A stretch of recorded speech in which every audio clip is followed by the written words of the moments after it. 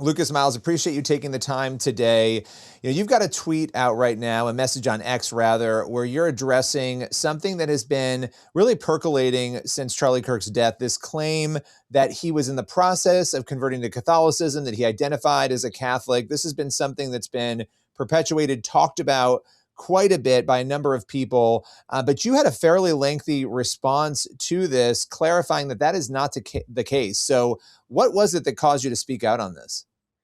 Yeah, look, there's been a lot of speculation about, Charlie's faith and his personal views. I mean, what's interesting is Charlie is probably the most documented person potentially in human history. I mean, he always was surrounded by camera crews. He was on film all day long at college events and at, giving speeches and various, public assemblies. And so, Charlie's positions are not mysterious. They're not shrouded. He talked, openly about the things he appreciated about the Catholic faith and some of the stumbling blocks that he had maybe in approaching that. And so when you have a situation like this where a figure who is as influential and as beloved as Charlie was, who is taken from us and really robbed from us so early in life, I think that there is this tendency that people want to just kind of, co-opt him and try to leverage him in some capacity for their own agenda. And Charlie loved Christians who were evangelicals and who were, true Christians who were, Catholic and Orthodox and Protestant, all backgrounds.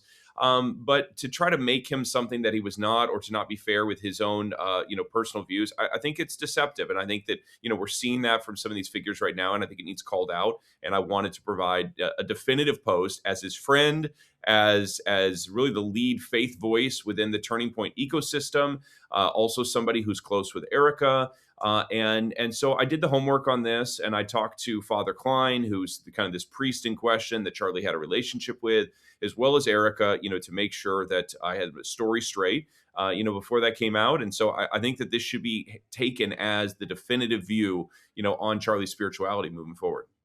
Why do you think there's been such an effort to paint him as converting to Catholicism? It's sort of a strange thing. Somebody is murdered, this horrific event happens, and the focus suddenly becomes, oh no, he's becoming a Catholic, or he was changing his theological position. Why do you think this became such a thing among so many people? Yeah, well, first off, I'll say this. I don't think that what we're seeing from some of these groups that are out there that have been tried to co-opt Charlie, I don't think that this is the universal Catholic perspective. I think there's a lot of very sensible people on this that say, look, if he never made a public, confession of this in some capacity, then I'm not going to read into it or take it for more than what it is. And I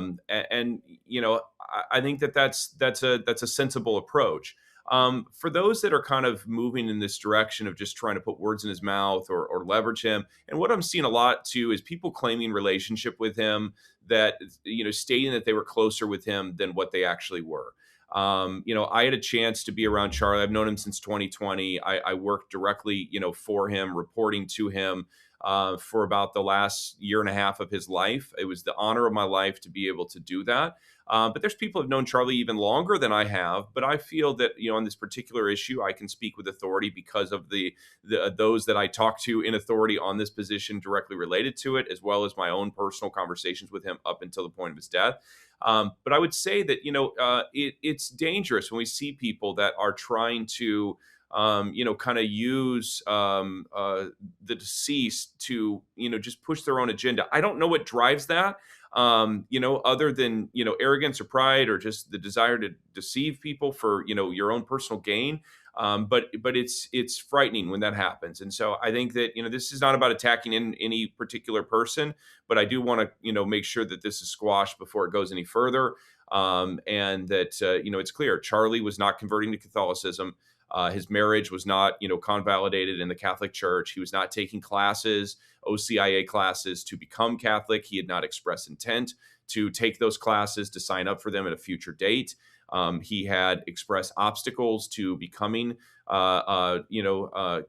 And I don't even know if that's the right way to say it. He expressed obstacles that he had just in his own faith that were, the things that kept him an evangelical, kept him a Protestant. And so, and again, Mary the Saints, a lot of the same things that a lot of evangelicals. Yeah. I think the infallibility of the papacy and Mariology and invocation of the saints. I think that these were challenges for him, as they are many Protestants. But look, I love a lot of things about Catholic tradition and history. Most of the reading that I do, and I think Charlie was the same way. I'm reading old, dead Catholic saints that I have, the Augustines of the world and Athanasiuses of the world that have benefited my spirituality tremendously. And so this is not about a dig on Catholics or a dig on the Catholic faith, but it is about clarifying and making sure that we're not making Charlie something that he wasn't, and that we're allowing his life and his own personal legacy and testimony to speak for his beliefs, rather than podcasters and pundits that want to put words in his mouth.